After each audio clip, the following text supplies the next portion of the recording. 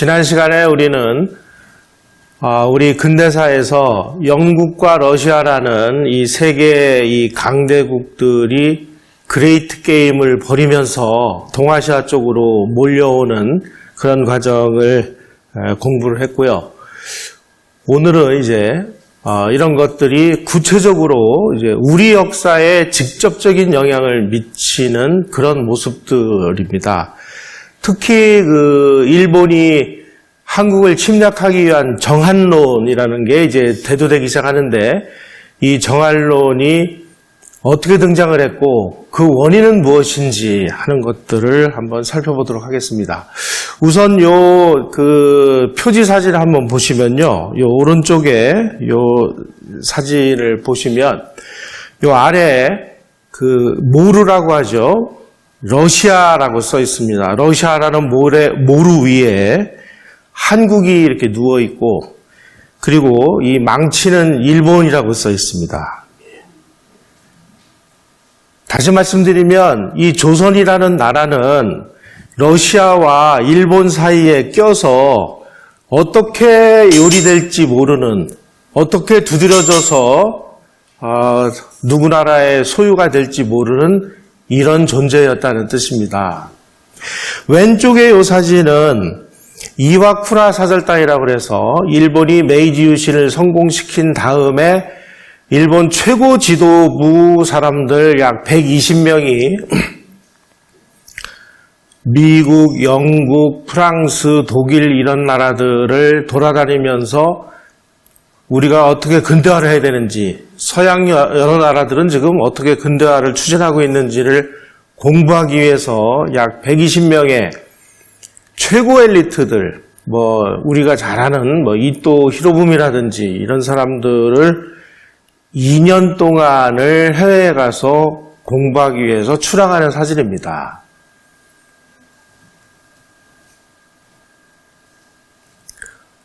바로 이 시기에 지난 시간에도 말씀드렸듯이 이 산업혁명에 의해서 철이 만들어지고, 이 철로 만든 배, 그 전까지만 해도 이제 나무로 만든 배였는데 이걸 철로 만들면서 배가 커지기 시작합니다. 거기에 이제 증기기관을 접목을 해서 배도 커지고, 추진도 바람이나 이런 게 아니라 증기기관으로 이렇게 추진하는 배가 만들어지면서, 여기에 보시다시피 이런 어마어마한 대포들을 싣고 이 군함들이 동아시아로 몰려오기 시작하는 그런 시대입니다. 이걸 이제 제1차 해양혁명이다, 이렇게 이야기들을 합니다. 이렇게 산업혁명이 일어나면서 철이 생산되고, 그러니까 이 철을 가지고 무기를 만들죠. 무기를 만드니까 전쟁이 일어납니다. 그러다 보니까 전쟁은 기술을 필요로 하고, 기술이 발달되면 그 기술이 또 무기에 접목이 되면서 전쟁은 기술을 낳고 기술은 전쟁을 부추겨가지고 그냥 자고 일어나면은 전쟁이 일어나는 시대가 됐습니다. 학자들의 연구에 하면은 19세기 100년 동안 전쟁이 없었던 해가 불과 7년이었다고 그래요. 93년은 하여간 유럽 어디선가에서 서로 죽이고 죽고 뺏기고 빼앗기고 하는 끝없는 전쟁과 전쟁을 통해 가지고 사람도 많이 죽고 민간인들 피해도 많이 당했습니다만은, 전쟁이 기술을 불러일으키고 이 기술이 또 새로운 형태의 그 국가를 만들어냅니다. 이런 세상이 닥쳤는데 우리는 무엇을 하고 있었느냐?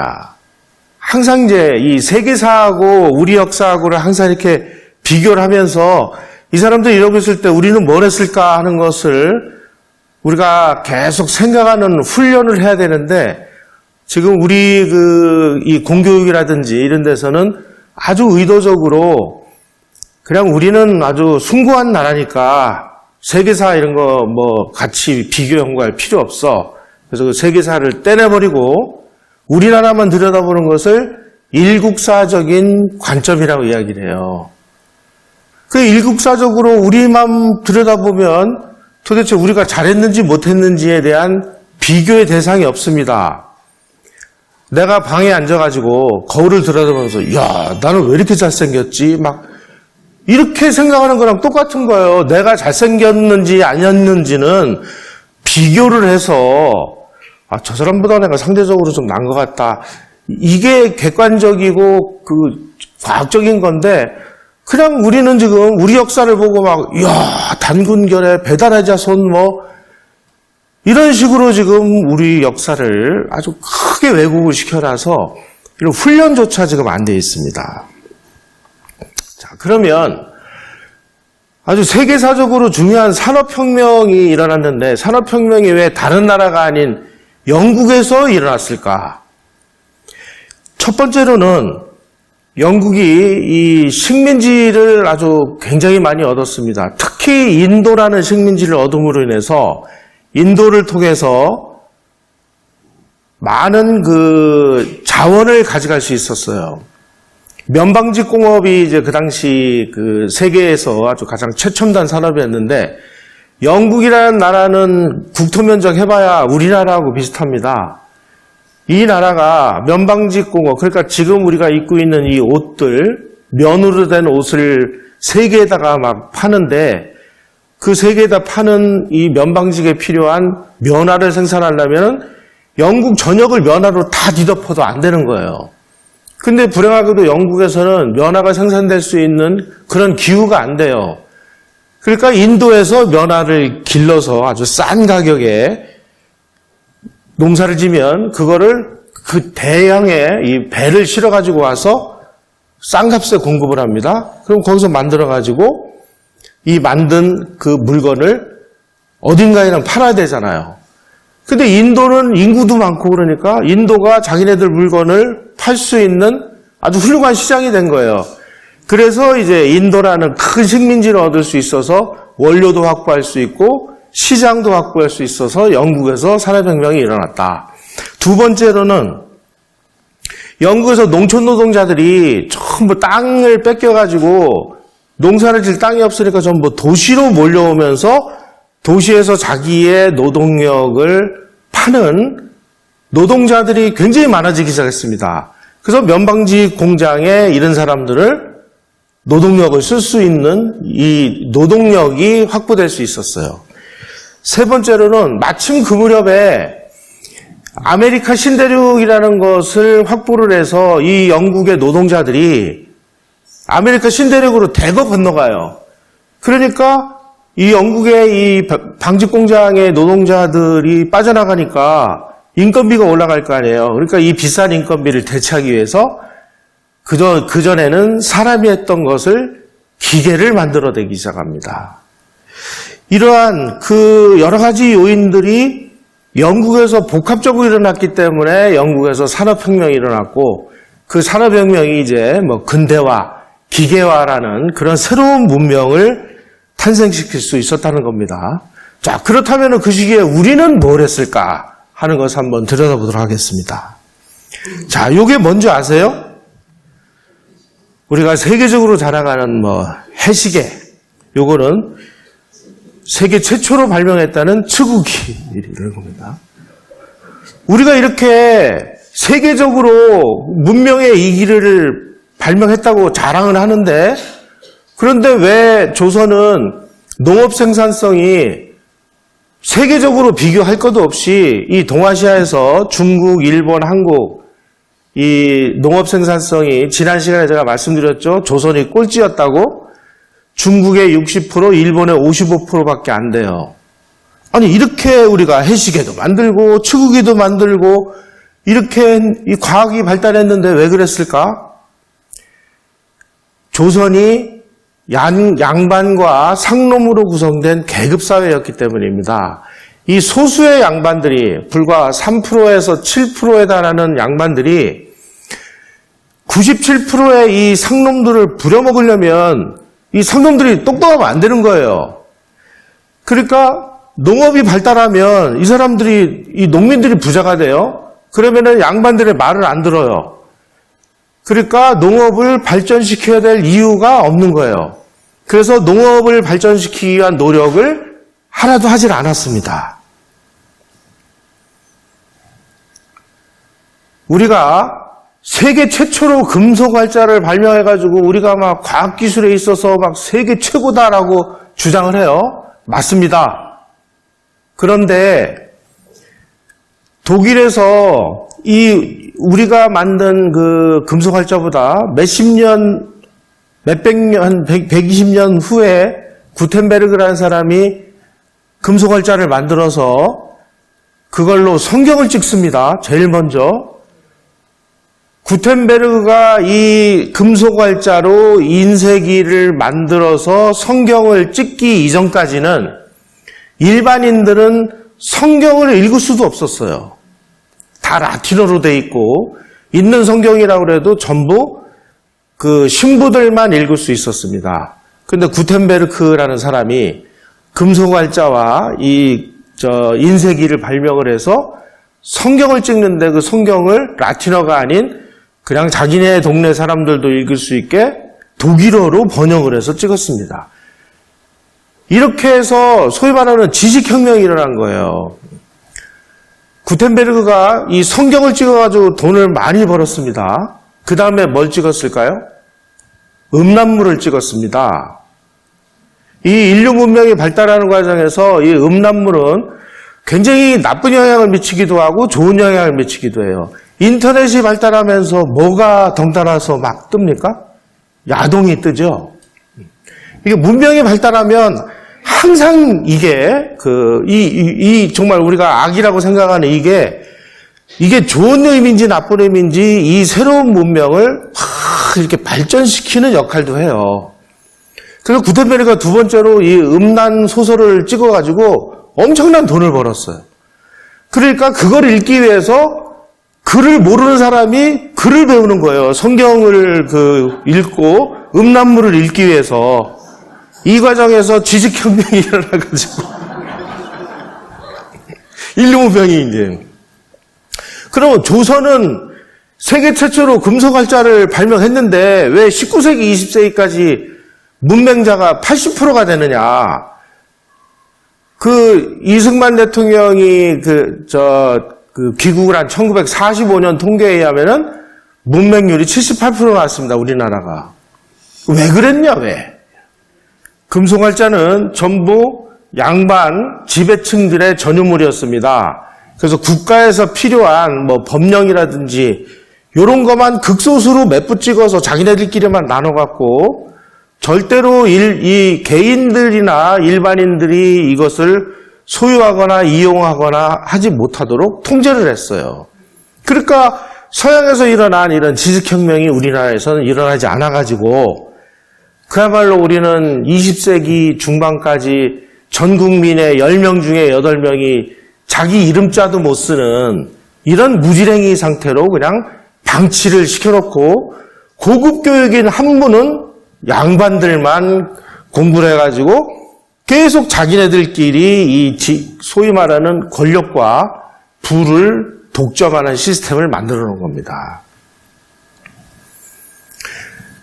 그래서 훈민정음을 1400 몇 년도에 이 세종대왕이 만들어 놨는데도 불구하고 공용어를 한글이 아닌 그 배우기 어렵고 쓰기도 어려운 한문을 공용어로 450년간을 사용함으로 인해서 자기네들끼리 한문을 독점함으로 인해서 지식과 정보, 돈, 권력을 자기네들이 독점.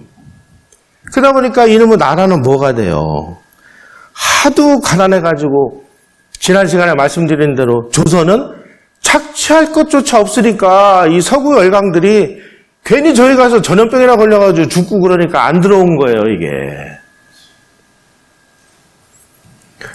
일본은 그러면 왜 우리를 그렇게 눈독을 들이기 시작했느냐? 우선 일본도 그 당시에 근대화의 아주 그냥 초기 단계였기 때문에 자기네 물건을 팔 수 있는 나라는 자기네보다 훨씬 못 사는 일본밖에 없었어요. 아니, 조선밖에 없었어요. 그러니까 조선이 시장으로서 굉장히 중요했기 때문에 일본이 우리를 관심을 가진 거고, 그 다음에 안보적인 관점에서는 일본의 적대하는 세력이 한반도를 차지하면 일본의 안보에 지대한 위협이 됩니다. 그래서 일본은 눈만 뜨면 메이지 유신 이후로 한반도에 자기네들의 적대하는 세력이 한반도를 차지할까봐 눈에 불을 켜고 어떻게든지 이걸 막으려고 하는 게 일본의 국가 정책이 됐었습니다.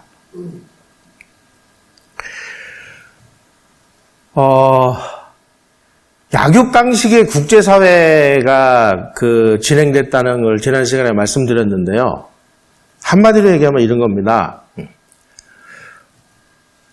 나라가 있는데 그 나라와 나라는 서로 독립된 주권을 가지고 있다고 이렇게 주장들을 해요. 그리고 이 나라하고 이 나라는 무엇을 하려면은 협정을 맺고 자기네들끼리는 주권을 존중을 해요. 근데 요거는 유럽 국가 그리고 기독교를 믿는 나라들에서만 요 관계가 허용이 됩니다. 나머지 기독교를 믿지 않거나 유럽이 아닌 다른 사회에서 다른 집단들이 뭐 국가를 가지고 있던 문명을 가지고 있던 이건 상관없는 거예요. 베스트팔렌 체제라는 것은 유럽 국가가 어디죠? 태평양이나 아프리카나 아시아나 이런 데를 가다가 저기 뭐 이상한 섬이 하나 있어. 섬이 있는데 저거 누구 땅이지? 아무리 봐도 누구 땅인지 몰라요. 이럴 때 먼저 그 섬에 내려서 이 땅은 내 땅이야 라고 인공 표식물을 세우면 이 사람들의 땅이 되는 겁니다. 이게 이제 무주지 선점이라는 거예요. 영국이나 프랑스나 독일이나 이런 서양 기독교 나라들이 아시아로 오다가 저 어떤 뭐 이상한 나라가 있는데 이거 보니까 무슨 뭐 미개한 것 같고 그러니까 이런 거는 자기네들이 먼저 쳐들어가서 그 나라를 무력으로 점령하면 자기네께 되는 이것을 합리화해 주는 게 베스트팔렌 체제라는 거예요. 이런 세상이 지금 만들어졌어요. 일본이 1854년에 이 미국의 흑선이 와가지고 개항을 하고 난 다음에 메이지 유신이라는 것을 일으킵니다. 메이지 유신이라는 건 뭐냐면 원래 일본은 천황이라는 존재가 있었는데요. 천황을 내쫓아버리고 군인이 자기가 이제 통치를 해왔습니다. 그런데 이런 통치 체제 가지고는 도저히 이 근대적인 변화를 수용할 수 없다 그래가지고 막부 야 너 장군 너 이제 물러나 그래서 쫓아내버리고 저기 교토에 있던 천황을 당시 이제 우리 국가의 상징 존재입니다 하고 천황을 모셔다가 교토에다 갖다 놓고 하급 사무라이들이 그 이전까지 일본은 일본이라는 나라가 없었어요. 전부 번으로 찢어져 있었습니다. 약 260개 되는 번으로 찢어져 있었는데 이거 다 없애버리고 천황으로 모든 권력을 다 몰아줘서 중앙 집권적인 일본이 처음 만들어집니다. 1868년도에 이걸 메이지 유신이라고 그래요. 그래서 이제 천황이 다시 권력을 행사하기 시작했다. 이걸 이제 왕정복고라고 얘기합니다. 그래서 천황이 이제 왕정 복고를 했으니까 조선에다가 야 우리도 이제 천황이 다시 통치를 하니까 앞으로는 모든 외교 공문이나 이런 거는 천황의 이름으로 너희 나라에게 보내겠다. 이렇게 이제 외교 문서를 씁니다. 그 외교 문서를 서계라고 그래요. 서계. 그런데 조선이 외교 문서를 받아보니까 여기에 무슨 뭐 천황이니 뭐 이런 용어가 써 있는 거예요. 근데 그 당시 조선의 이 양반 지배층들은 뭐 천황이니 뭐 천자니 뭐 천자니 이런 얘기는 중국에 있는 사람만 쓰는 용어로 알고 있는데 아니 어디 감히 이 외놈의 주장을 천황이라니 이게 말이나 되나 이게. 그래서 야 이렇게 엉터리 외교 문서를 우리 받을 수 없다 하고 이 외교 문서를 거절을 해요. 이걸 이제 서계 사건이라고 얘기를 합니다. 일본은 아니 우리 지금 천황이인데 천황이 앞으로 통치를 하니까 그걸 우리가 통보하겠다는데 외교 문서를 접수도 안 하니까 야 뭐 이런 이상한 나라가 다 있냐. 아니 우리 지금 천황이 다스린다니까 왜 우리 인정해달라는데 왜 이걸 인정 안 해줘. 근데 조선에서는 야, 너희들은 그 외놈들 아냐? 이 천황이라든지 천자라든지 하는 용어는 중국에 있는 황제나 쓰는 거야. 우리는 그거 인정 못해. 그래서 일본에서 야, 그러면 조선 한번 손봐주자 이렇게 나온 게 정할론입니다. 여러분, 우리가 이거 역사적 사실을 정확하게 아셔야 돼요. 그 정한론이라는 것은 일본 사람들이 막 침략적인 막 이런 생각이 가득 차서 조선을 침략하기 위해서 막 이게 탄생한 게 아니고 우리가 외교 공문을 3년을 거절합니다. 3년을. 그러니까 야, 이런 그 무례한 게 어딨냐? 조선을 빨리 어떻게 해서라도 우리 외교 문서를 접수시키도록 하자. 그게 정한론입니다. 우리는 막 다 우리가 잘한 거라고 주장을 해요. 사실은 그렇지 않은 사례들도 매우 많습니다. 지금 이 정한론이 1868년 71년 이 무렵에만 지금 문제된 게 아니고요. 최근에도 똑같은 문제가 지금 발생을 했습니다. 요즘에 우리 언론들, 그 다음에 정치인들, 그리고 이 정부 당국자들이 일본 천황이라는 용어를 사용하지 않습니다. 신문들 보시면 뭐라고 표현을 해놔요? 일왕이라고 표기를 해요. 조선일보를 비롯해서 동아일보, 기타 등등 모든 천황이라고 쓰면 친일파가 되는 거예요. 문제는 일본의 헌법 제1조는 천황은 일본국의 상징이다. 일본 국민 통합의 상징으로서 그 지위는 주권을 갖는 일본 국민의 총회에 근거한다. 이렇게 되어 있습니다. 일본은 천황이 다스리는 나라. 이렇게 헌법 1조에 되어 있습니다. 그러면 우리가 국제사회의 일원으로서 우리가 활동을 하려면 상대방 나라의 최고 책임자를 어떻게 부르느냐 하는 거는 그 사람들이 부르는 데 준해서 우리가 예우를 해줘야 되는 것이 국제사회의 원칙입니다. 그럼 우리나라는 좀 누가 다스리나요? 대통령이 다스리고 있죠? 그런데 기분 나쁘다고 일본 언론들이 한국의 소통령으로 부르기로 하자. 그래서 다 한국의 문재인 소통령은 이렇게 쓴다고 쳐보세요. 일본 사람들이 그러니까 어떻게 생각을 하겠어요? 지금 마찬가지 현상이 지금 벌어진 겁니다. 우리는 지금 일본 천황이라고 쓰면 아주 큰 정말 대역죄를 저지른 것 같이 이렇게 되는데 이거 자칫 잘못하면 이게 이제 19세기나 이렇게 되면 이게 정한론의 이유가 되는 거예요. 그런데 우리는 이렇게 지금 거의 모든 정치인들은 물론이고 이 국가의 어떤 올바른 생각을 전해줘야 되는 언론마저도 지금 일왕이라고 표기를 하니까 앞으로 이 문제들이 어떻게 진행이 될지 좀 걱정됩니다.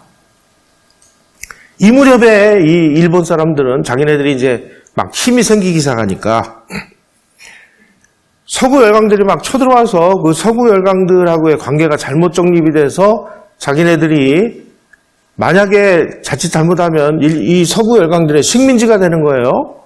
그런데 식민지가 되기 싫으면 우리가 강대국이 되자. 그래가지고 막 강대국이 되기 위해서 막 노력들을 해요. 이와쿠라 사절단도 보내고 막 수많은 막 연구생들을 유럽으로 보내고 막 어디 영국, 독일, 프랑스 이런 데로 보내가지고 막 헌법을 연구하고 이런 식으로 우리도 이제 한번 서양 열강처럼 강대국이 돼보자 하는 막 열망에 똘똘 뭉쳐 있었습니다.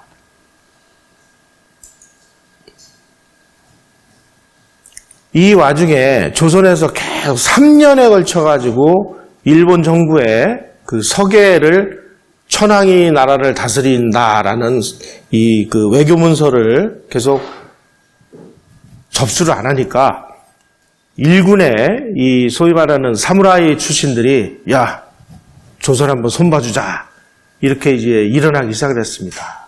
그런데 이때 왜 이 사람들이 일어났느냐? 일본이 상당한 위기에 처해 있었습니다. 그 당시에.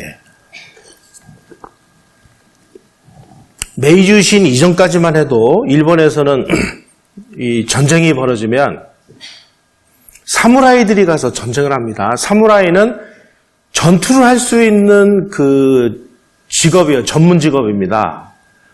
그런데 메이지 유신을 하면서 서양 열강들의 군대를 보니까 칼을 가지고 싸우는 게 아니라 전부 총을 가지고 싸우거든요. 그러니까 사무라이들이 칼로 무예가 아무리 뛰어나면 뭐예요? 사무라이들이 칼싸움을 하려면 서로 뭐 1m 정도 떨어져서 칼로 싸우는데 한 100m쯤에서 그냥 땅 하고 쏘면은 그냥 죽는데 칼의 시대는 다 지나간 거예요. 그러니까 사무라이가 다 필요 없어요.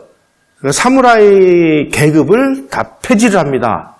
그리고 저 평소에는 농사 짓던 이런 사람들을 그 징집을 해요. 그래가지고 이 사람들을 한 일주일간 총 쏘는 거 훈련을 시켜가지고 군대를 만들어요. 이걸 이제 국민군이라고 얘기를 하는데 이러다 보니까 전투를 어불하는 사무라이들이 전부 실업자가 된 겁니다. 아니 메이지 유신은 사무라이들이 일으켜서 그 막부의 장군을 내쫓고 천황을 모셔다가 메이지 유신이라는 거를 사무라이들이 일으켰는데 자기네들이 그 공을 세운 사무라이들이 다 필요 없어가지고 이제 실업자가 되니까 실업자가 된 사무라이들이 야 이게 뭐냐 뭐 와글와글 이 사람들의 막 불만이 이제 막 폭발 일보 직전에 다다르기 시작했습니다. 그래서 이 사람들의 불만을 어디론가 표출시키기 위해서는 대외 침략 전쟁이 필요한 거예요. 항상 그렇습니다. 일본에서 그 도요토미 히데요시가 임진왜란을 일으킨 것도 일본에서 이제 그 전국지대라고 해서 자기네끼리 막 내전을 벌이려고 군대가 많이 양성이 됐습니다. 도요토미 히데요시가 그 내전을 다 종식을 시켜요. 그러면은 뭐 김씨네 집안에서 가지고 있던 2만 명 군대, 박씨네 집 군대, 뭐 최씨네 집 군대, 뭐 이런 군대들이 자칫 잘못하면은 폭동을 일으키거나 자기네들이 권력을 잡겠다고 반란을 일으킬 수도 있잖아요.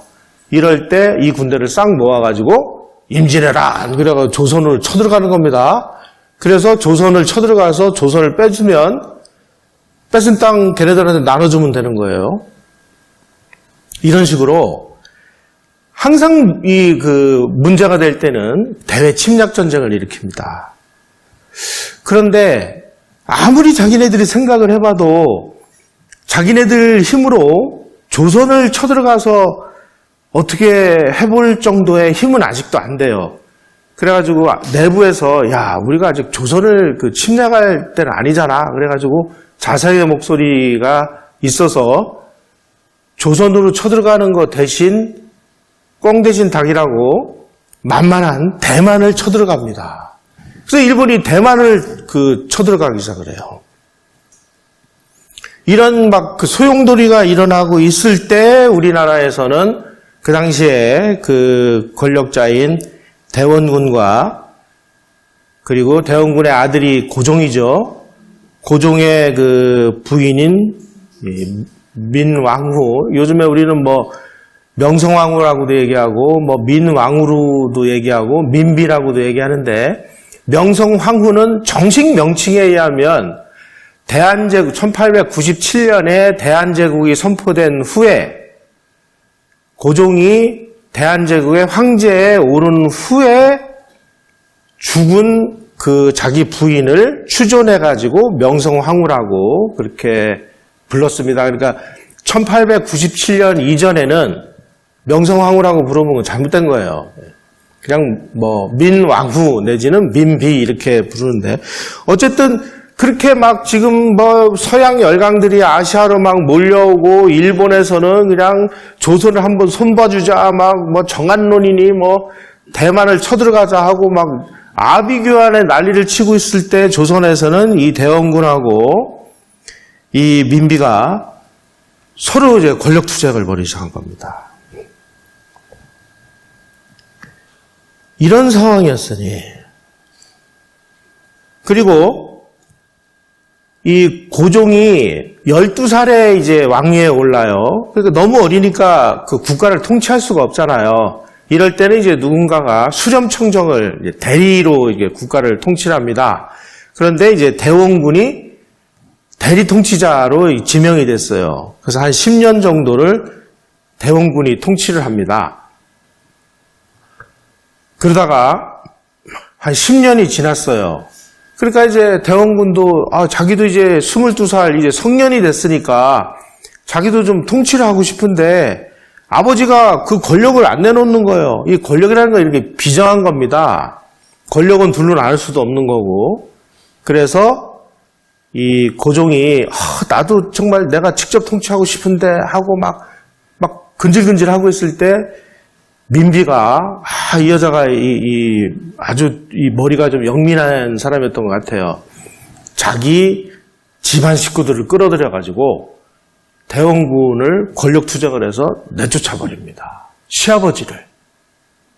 그래서 드디어 이제 고종의 통치 시대가 개막이 됐습니다. 문제는 자기가 그렇게 통치를 했으면 좀 통치를 제대로 했으면 괜찮은데 제일 먼저 한 게 뭐냐? 그 당시 대원군은 강화도에 병인양요 때 프랑스군이 쳐들어왔죠. 1871년에 미군이 쳐들어왔죠. 그러니까 자칫 잘못하다가 이 외세들이 강화도를 통해서 서울로 쳐들어오면은 이 왕조가 무너지니까 강화도를 지키기 위해서 포수 그러니까 그 조총부대를 많이 창설해가지고 강화도에다가 배치를 시켜놨습니다. 이런 걸 다 와해를 시켜요. 돈 많이 든다고. 그리고 그 왕궁 안에 그 당시는 청나라가 지배하던 시대인데 청나라는 여진족 오랑캐가 세운 나라라고 그래서 이거는 인정하지도 않아요. 그리고 이 사람들은 누구를 추모했느냐? 이미 1644년에 망한 명나라 황제들을 우리는 그 중화의 후예니까 우리는 명나라 사람들을 제사를 지내야 되겠다. 그래가지고 죽어서 유령이 된 명나라 황제에게 제사를 지내기 위해서 왕궁 뒤에다가 대보단 뭐 이런 걸 만들어요. 만동묘 이런 걸 만들어요. 대원군이 이걸 다 부셨는데 고종이 이걸 또 다시 부활을 시켜줬어요. 그러니까 과거 시대로 막 돌아가는 겁니다. 이러고 있을 때 아까 말씀드린 대로 이 일본의 사무라이로 중심이 된 이 지도부들이 조선을 쳐들어가기엔 부담이 되니까 대만을 쳐들어갑니다. 대만을. 1874년.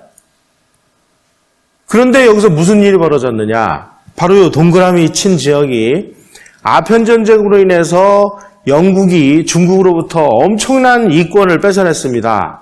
그래서 이 일대에서 영국이 막 아편도 팔아먹고 그냥 영국에 그냥 물건들을 갖다 팔아먹고 엄청난 돈을 벌고 있는데 갑자기 일본이 대만을 쳐들어오니까 자기네들의 그 이권을 침해할 가능성도 있단 말이에요. 야, 이건 안 되겠구나. 이거 한번 손을 봐줘야 되겠구나. 그래가지고 영국이 일본 대표단에게 야, 너희들 지금 대만으로 이렇게 자꾸 오면 우리 형님들 보기에 좀 불편하거든. 그러니까 너희들 말이야. 여기 한반도 있잖아, 한반도. 그 한반도 가까운 데 있는 걸 놔두고 너희들 왜 자꾸 이쪽으로 와가지고 대만을 자꾸 찝쩍거려. 너희들이 대만 대신 요 한반도 이쪽으로 침략 방향을 돌리면 우리가 열심히 도와줄게. 그래서 일본이 우리가 좀 번지수를 잘못 찾았구나. 그래서 자기네들의 관심을 조선으로 돌려서 그 운요 사건이라는 걸 일으켜서 조선을 개국시키는 게 1876년입니다. 다시 말씀드리면 우리 땅에서 일어난 어떠한 사건들은 다 그 배후를 보면은 열강들의 입김들이 작용하고 있습니다. 지금 시대랑 똑같습니다. 지금 세계사를 논하는 과정에서 미국과 중국의 영향력을 빼면 뭐가 답이 나오나요? 마찬가지입니다. 그 당시 일본이 조선을 쳐들어가기는 부담스러워서 대만을 쳐들어갔는데, 대만을 쳐들어가니까 영국이 야, 여기는 우리 이권 지역이야. 그러니까 너희들 조선으로 가. 그래서 조선에 관심을 갖기 시작했고 운요 사건을 일으켜서 1876년 2월 달에 강화도 조약을 맺어서 조선을 개항을 시키죠. 이건 뭐냐? 조선을 개항시킨 거는 일본이지만 일본을 뒤에서 배후 조종한 건 누구냐? 영국입니다. 이 영국과 러시아의 그레이트 게임이라는 이 큰 축을 우리가 이해를 못하면 우리 근대사에 대한 올바른 이해가 안 돼요. 그래서 2년 후에 강화도 조약이 맺어져요. 강화도 조약이 맺어질 때 그 당시에 통역관으로 참여했던 이 역관들이 있습니다. 이 역관들이 일본에다가 이 조선 정부의 핵심 기밀 정보들을 다 알려줘요. 그래서 빨리 조선을 개항시켜 주십시오. 이렇게 얘기를 해요. 역관 오경석이라든지 이런 사람들이. 왜 그러냐 이게. 그 당시에 역관들은요.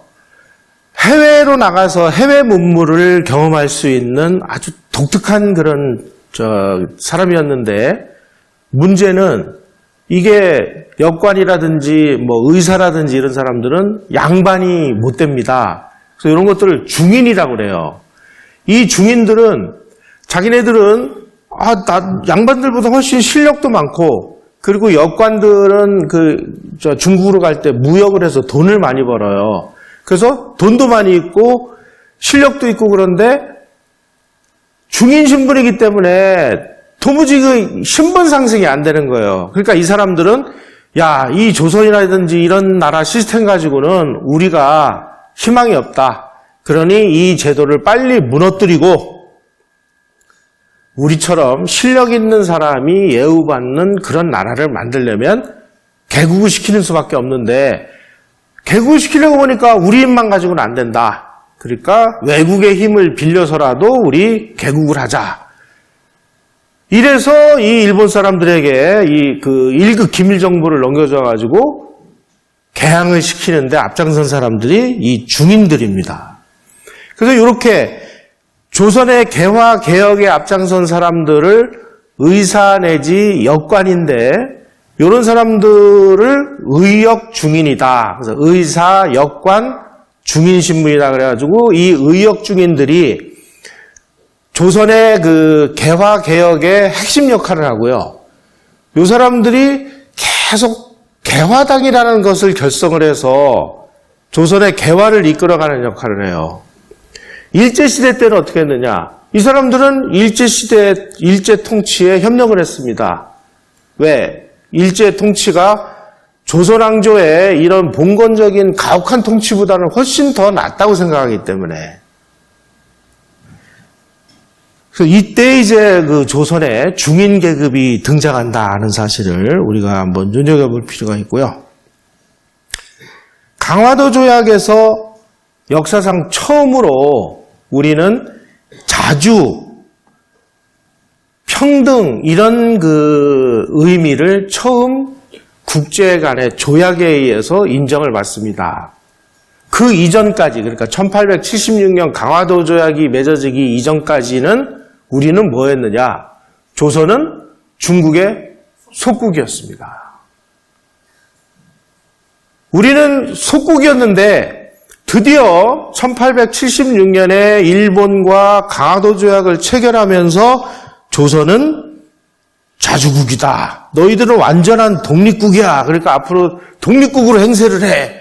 이것을 국제법적인 조약으로 명문화한 것이 최초의 사건이 이 강화도 조약입니다. 우리는 그 이전까지 무슨 자주가 뭔지, 우리의 독립국이 뭔지 이런 걸 몰랐어요.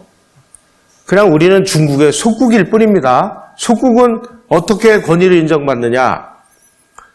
조선에서 왕이 바뀌어요. 그러면 이 사람은 왕으로서 행세를 못합니다. 왕으로서 행세를 하려면 중국에다가 사신을 보내서 몇 년, 몇 월, 며칠 전 왕이 돌아가셔서 새로 그 아들 누구가 그 왕으로 이제 책봉이 되고자 하니 황제 폐하에 허가를 내려주시옵소서. 그러면 이제 중국 황제가 오케이.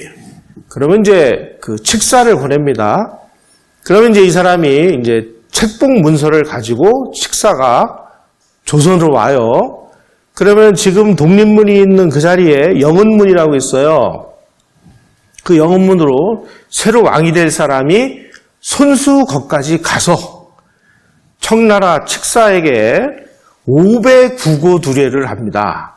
5번 머리를 찍고 그래서 칙사가 청나라 황제 폐하께서 너를 조선의 국왕으로 임명하노라. 그럼 이때서부터 조선 왕으로서 활동을 할 수가 있습니다. 이것을 책봉 조공 체제라고 얘기해요. 이렇게 그 감사하게 책봉을 해주시니까 매년 조공사절을 보내가지고 조공을 바칩니다. 이걸 이제 책봉 조공 관계라고 얘기를 합니다. 좋은 건 뭐냐? 책봉 조공 관계가 맺어지면 조선의 안보는 청나라가 책임져 주는 거예요. 그러니까 조선에서는 군대를 기를 필요가 없어요. 아니 군대는 이제 돈도 많이 들고 자칫 잘못하면 무기를 가지고 있는 것들은 언제 또 고무신 거꾸로 신고 반란을 일으킬지 누가 합니까? 그러니까 골치 아프니까 조선에서는 아예 이 군대라는 것을 명목상의 군대만 놔두고 나머지 군대는 다 없애버립니다. 그래서 나중에 1907년에 실제로 막 대한제국이 망해갈 때 군대가 8,000명밖에 없었다. 이런 대목이 나와요. 쳐들어오면 이 청나라가 지켜주는 겁니다. 그래서 임진왜란 때 명나라가 군대를 보내가지고 일본군을 물리쳐줬다. 이런 얘기들이 성립이 되는 거죠. 문제는 이 종주국이 이 조선이라는 이 소위 말하는 속국을 그래 우리 책봉 조공 체제로서 너희들 우리가 열심히 지켜줄 테니까 우리한테 와가지고 조공 바치고 책봉 받아. 우리가 안심하고 지켜줄게. 이럴 때는 좋은데요. 이놈의 종주국이 얘네들을 지킬 수 있는 힘이 없어졌을 때는 어떡할 거냐 이게. 이게 이제 요 시기에 이제 나타나기 시작합니다. 청나라가 막 영국한테 완전히 막 그루그 상태가 되도록 얻어 터지고 프랑스하고 전쟁에서 또 완전히 막 엉망으로 얻어 터지고 독일한테도 막 뺏기고 도대체 조선을 지켜줄 수 있는 아무런 힘이 없어졌어요. 이럴 때는 그러면 이 조선은 어떻게 할 거냐. 이런 상황에 이제 조선이 놓이게 되는 것이 우리의 고종 후반기입니다.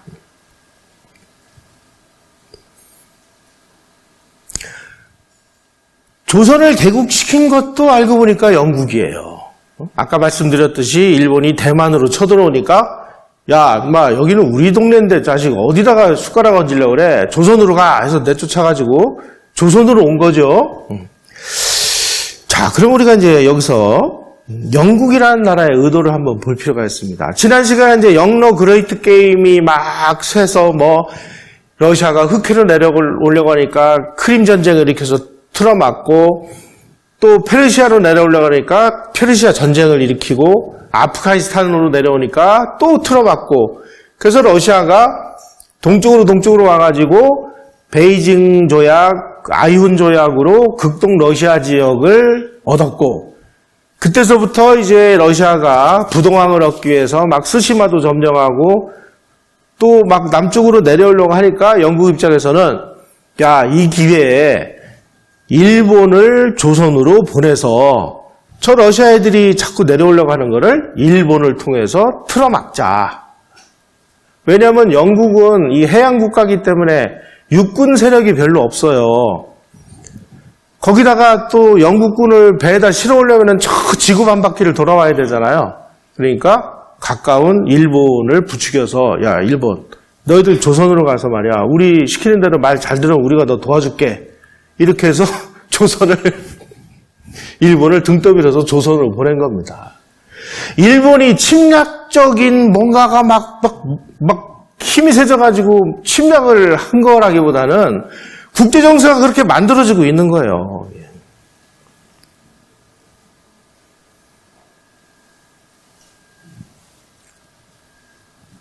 뒤에 영국이 있는지 뭐가 있는지 우리는 모르면서 그냥 막 공자왈 맹자왈이나 하고 지금 뭐 민비하고 대원군하고 고종하고 막 죽여 살려 싸우고 막 이런 상황이 벌어지고 있으니까 일본이 야 지금 세상이 지금 어떻게 돌아가는지 너네 지금 이러고 있느냐. 참 너희들 말이야 일본이라도 와서 우리가 지금 어떻게 하는지라도 좀 배워라. 너희들 이러다가 나라 망하게 생겼다. 그래가지고 우리가 돈 다 대주고 배도 보내줄 테니까 너희들 특사를 보내. 그래서 수신사라는 것을 이제 일본에 보냅니다.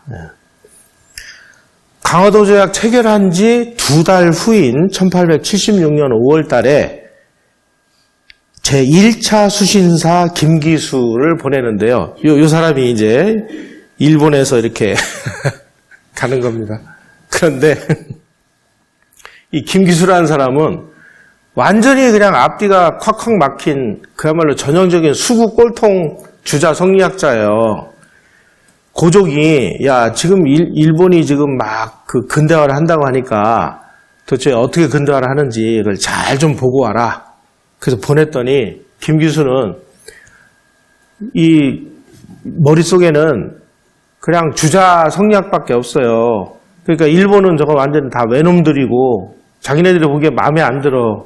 그러니까 일본 정부가 오늘은 뭐 육군 조병창, 내일은 뭐 대포 만드는 회사, 모레는 군함 만드는 뭐 공장 이런 걸 견학하십시오 하고 견학 일정을 딱 짜서 갖다 주니까 나 그런데 관심 없어요. 그리고 안 가고 틀어박혀가지고 주자성리학 책만 읽고 앉아 있어요.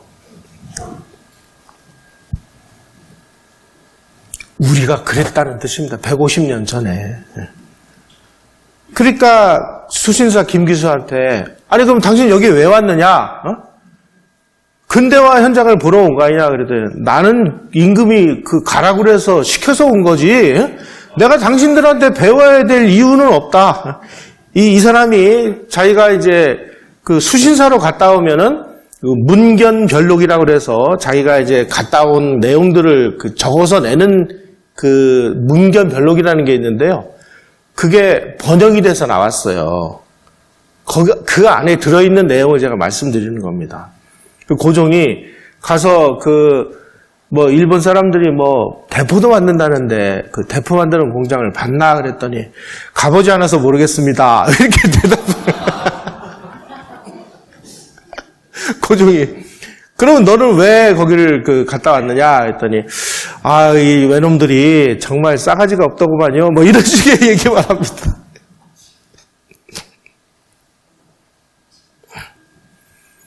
이제 강화도 조약에 의하면 이제 국교를 수교를 했으니까 수교한 다음에 이제 무역을 해야 될 거 아니에요? 무역을 하면 우리가 외국 물건이 우리나라로 들어올 때 수입 관세를 매깁니다. 지금 우리도 관세 다 물잖아요?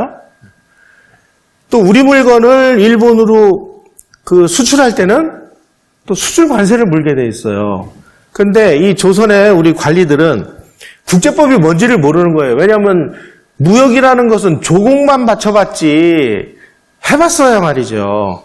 그러니까 그러면 일본 대표하고 조선 대표가 이제 만나가지고 막 협상을 하다가 이제 제일 중요한 쟁점이 뭐냐면 이제 이 관세를 얼마로 할 거냐.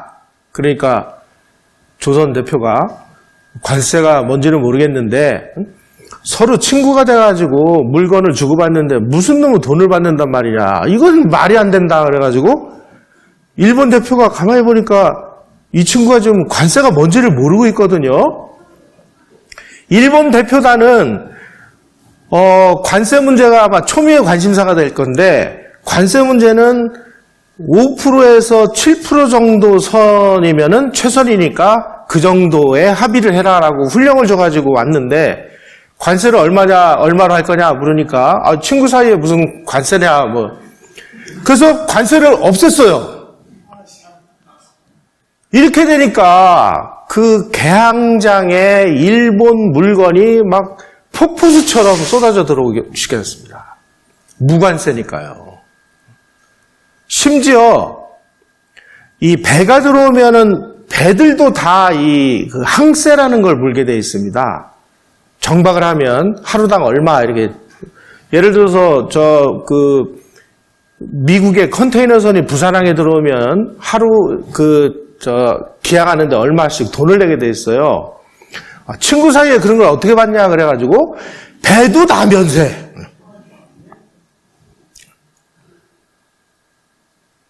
완전히 국제사회의 호구가 돼버리고 말았습니다.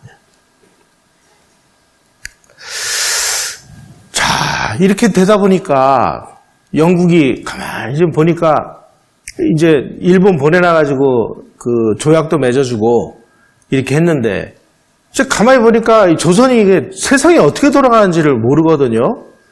그러니까 안 되겠다. 지금 러시아가 여차하면은 지금 부동항을 얻기 위해서 조선으로 밀려 내려오려고 하는데 얘네들은 러시아가 뭔지 부동항이 뭔지 관세가 뭔지 이런 걸 모르니까 아무래도 안 되겠다. 이 서양 여러 나라를 끌어들여서 서양 여러 나라들하고 국제관계를 맺어서 얘네들의 힘으로 러시아가 들어오는 것을 막게 하자. 그래가지고 조선에다가 니네 앞으로 러시아하고 손잡으면 큰일 나니까 말이야. 러시아를 조심해야 돼. 그러기 위해서는 일본하고 잘 친하고 그리고 중국하고도 친하고 미국, 영국, 독일, 프랑스 이런 나라하고도 잘 지내야 돼. 이거를 책으로 써서 좀 니네가 좀 우리가 자꾸 얘기하면은 좀 그러니까 청나라 니네가 뭐 너희들 종주국이라며 알겠습니다. 그래가지고 청나라의 이용장이라는 외교총책이 조선책략이라는 거를 써서 줍니다. 여러분 학교 다닐 때 조선책략이라는 건 들어보셨죠? 조선책략은 무슨 뜻이냐? 저 위에 있는 러시아가 아주 겁나고 아주 음흉한 놈이니까 절대로 너희들 러시아하고 손잡으면 안 돼. 그 대신 영국, 미국, 프랑스, 독일, 일본, 중국 이런 나라하고 손을 잡고 러시아를 막아. 우리가 도와줄게. 이거를 써서 준 겁니다.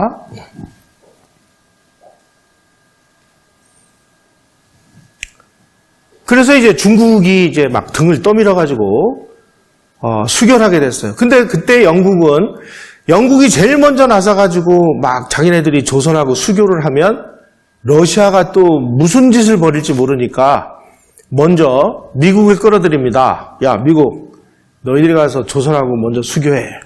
그때만 해도 영국이 세계 패권국이니까 미국은 뭐 그 당시에는 별 볼 일 없는 나라였죠. 알겠습니다. 미국이 제일 먼저 와서 수교 협상을 하려고 보니까 조선에 영어를 할 줄 아는 놈이 한 명도 없는 거예요. 외교 협상을 벌여야 되는데 이 영어를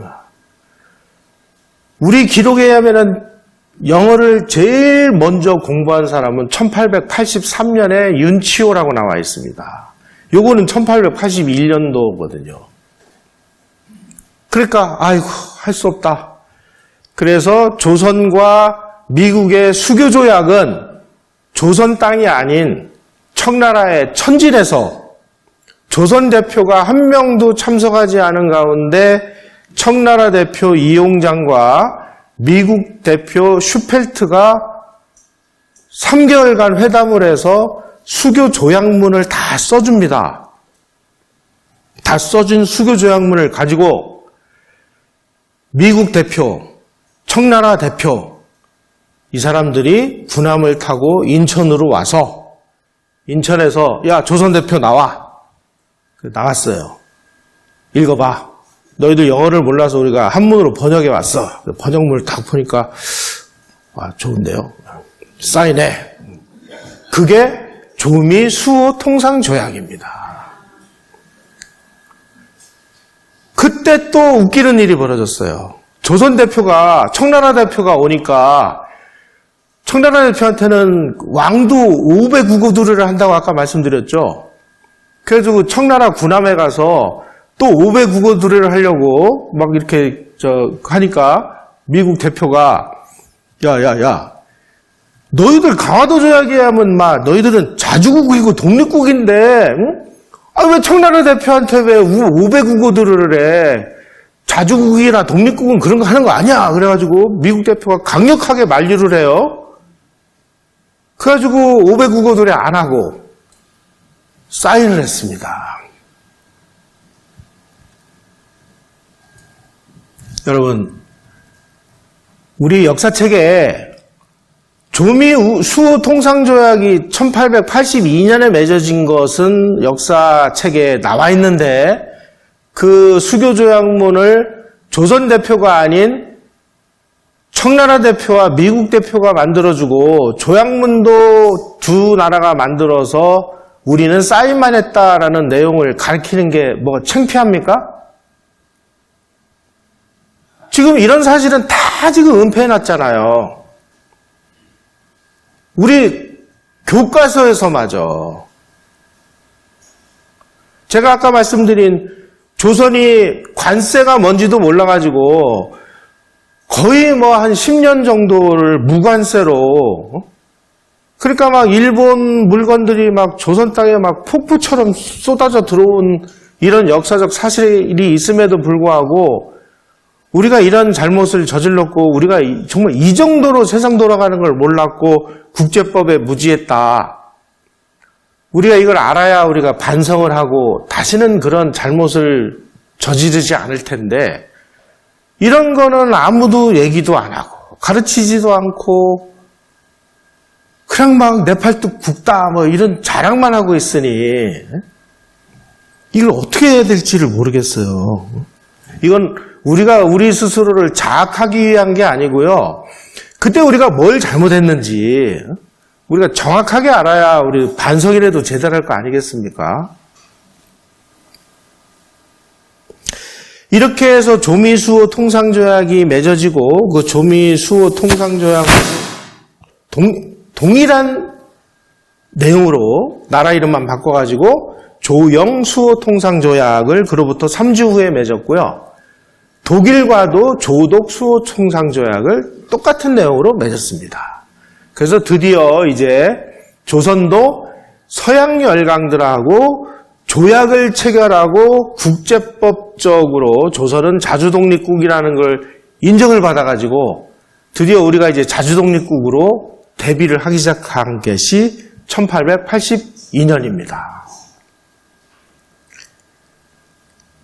자, 정한론 강의는 이것으로 마치겠는데요. 정한론은 한마디로 얘기해서 일본은 천황이 다스리는 나라라는 수교 문서를 우리가 3년간 거부함으로써 일본에서 일어나기 시작했다라는 사실, 그리고 강화도 조약을 체결한 그 배후에 영국이 있다는 사실, 그리고 조미수호 통상조약을 체결하는 배후에도 영국이 존재한다는 사실, 이 모든 것들이 이 영국이 러시아가 조선으로 내려오는 것을 막기 위한 큰 틀에서 움직였다는 사실, 이런 사실들을 좀 기억하시기를 바랍니다.